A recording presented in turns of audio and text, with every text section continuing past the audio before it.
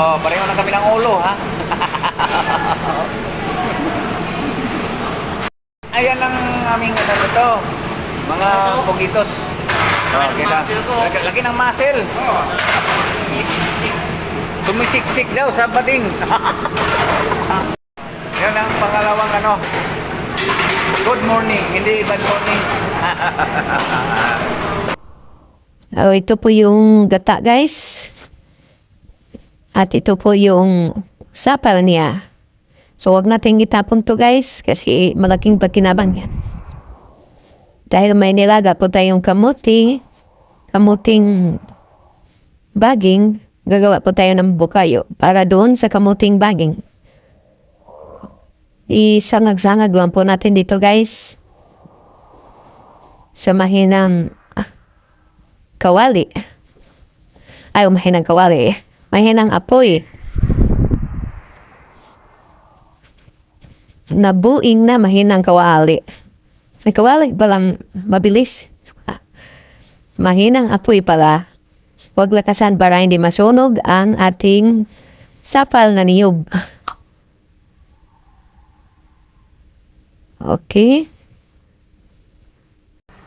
Ihalo natin yan. Mikos-mikos na ganyan.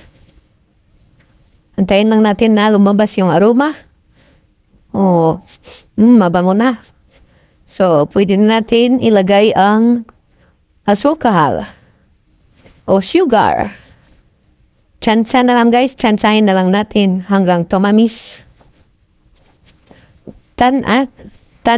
Tansa Cavite yun eh. Tsansa. Ano ba yung tansa o tsansa? Kalkuluhin lang ba? Kalkuluhin. Oh, tansahin para. Tansahin.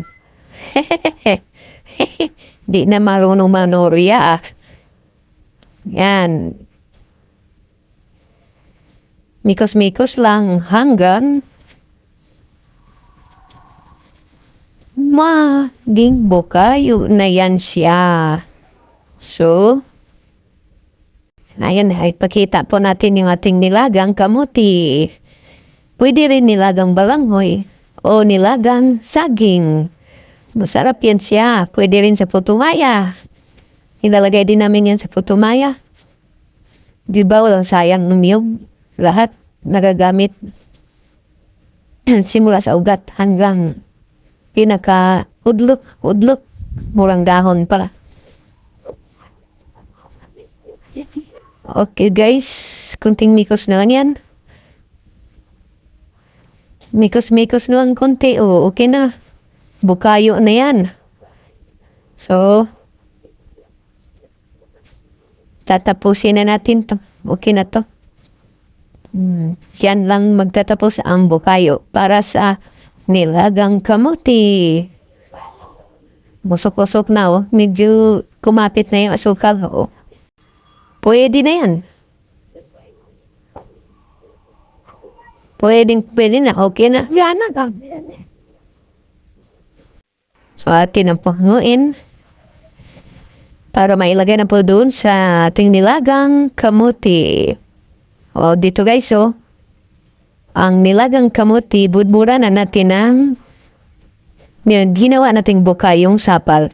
Di mo maalaman na sapal pala yan. Pirigana. Wowings, oh. Wowings. No, wowings. Tikiman na. Sarap. Sarap ang snack namin, nilagang kamuti. Wowings. Wowings. Hindi yan wowings yan. Wowings. Hanggang dito na guys.